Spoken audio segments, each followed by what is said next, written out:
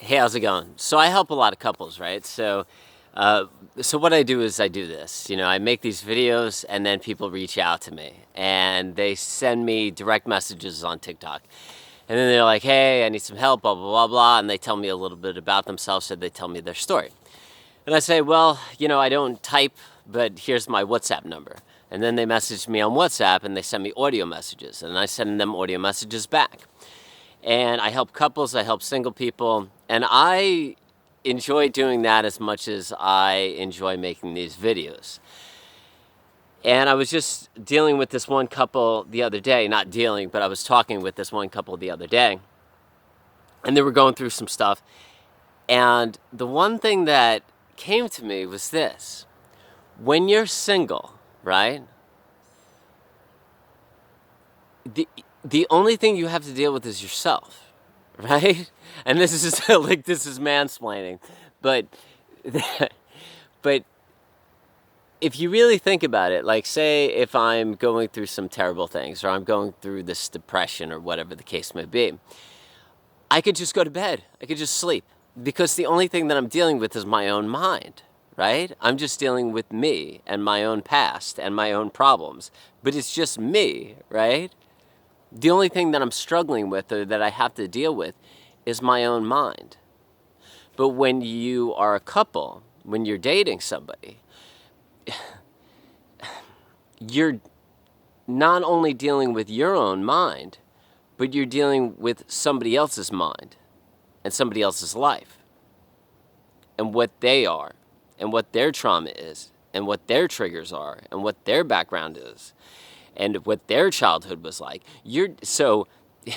If you're mentally ill, bipolar, borderline personality disorder, clinically depressed, any of those things, and you decide to date somebody, your life is going to become so much heavier because not only do you have to deal with your mind, you have to deal with somebody else and somebody else's mind and somebody else's trauma and somebody else's past and somebody else's triggers.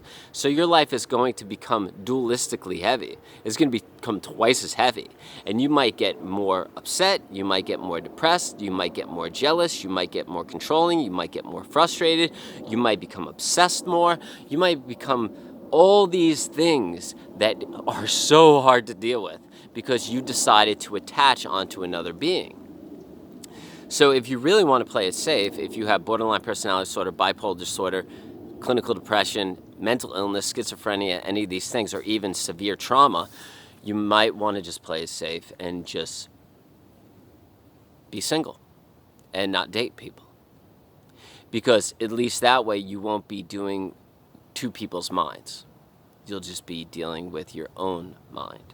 So if you get depressed and you're single, you can just go into bed, fall asleep, and hope that the mind stops reeling.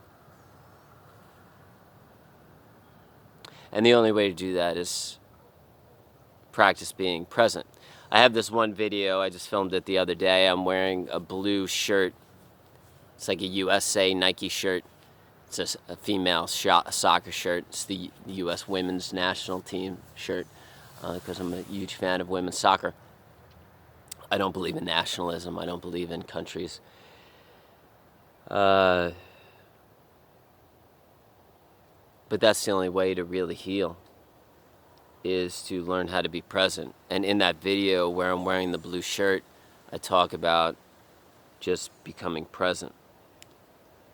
The longer version, the 8-minute one, where I start talking about mushrooms in the beginning.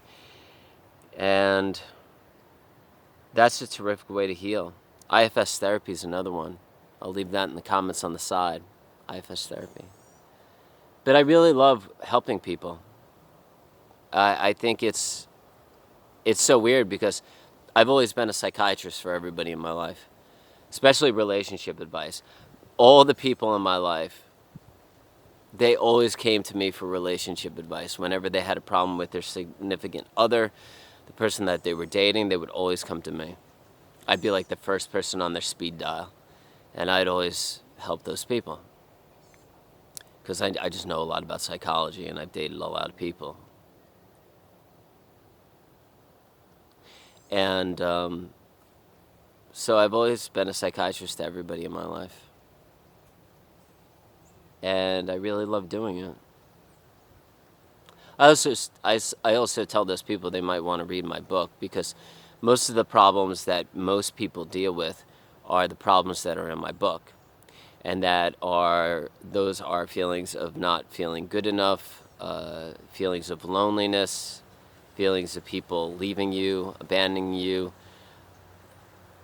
severe depression, always feeling alone, feeling rejected, not feeling accepted, feeling like you're weird, you're strange, nobody gets you, nobody understands you, and you're in this all by yourself. Like you say the wrong thing all the time. That's why for me, I don't really enjoy being around people that much. I just enjoy being in the woods. I enjoy being by myself. I sing, I dance. I just love being here in this moment. There's nobody to interfere with that. There's nobody fucking with my mind. And in my book, chapter 2, I talk about how the reason why I don't have a girlfriend, or the reason why I shouldn't have a girlfriend, is because I would end up murdering her. And I know that I would end up murdering her in time. So that's why I only do booty calls.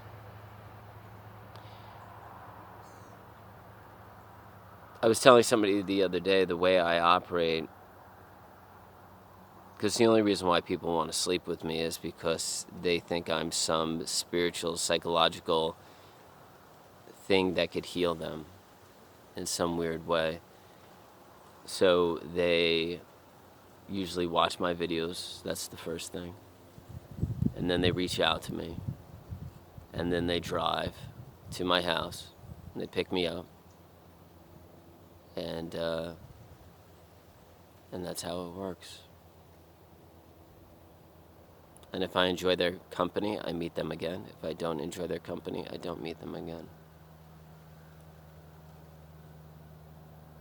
But it's simple. And I don't get attached. I don't fall in love.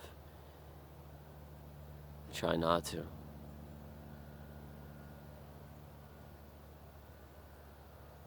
It's so hard not to fall in love with people if you have borderline personality disorder, if you're bipolar. Especially if you're borderline. You could fall in love in 10 minutes with somebody, 1 minute with somebody. You become so obsessed with people so quickly. It's such a hard disorder to deal with. And you become so jealous. And you feel like that person is always going to leave you. Like that person, there's no questioning in it. You just know that the person's going to leave you. And it's so hard to deal with when you decide to be with another person.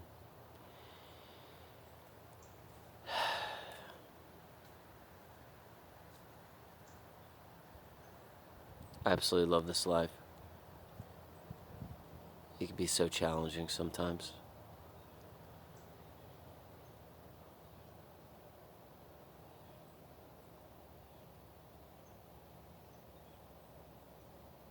As long as you make it simple.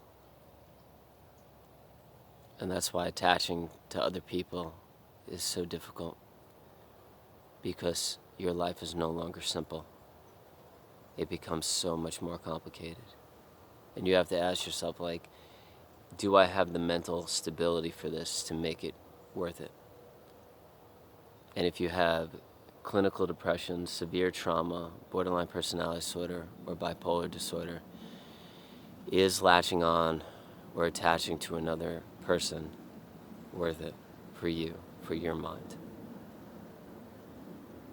Or will you just become crazy and suicidal and insane and jealous and be so terrified that that person is going to leave you that you become suicidal and so scared that you can no longer live? Anyways, I gotta go. But yeah, if you want help, message me directly on TikTok, buy the ebook, whatever.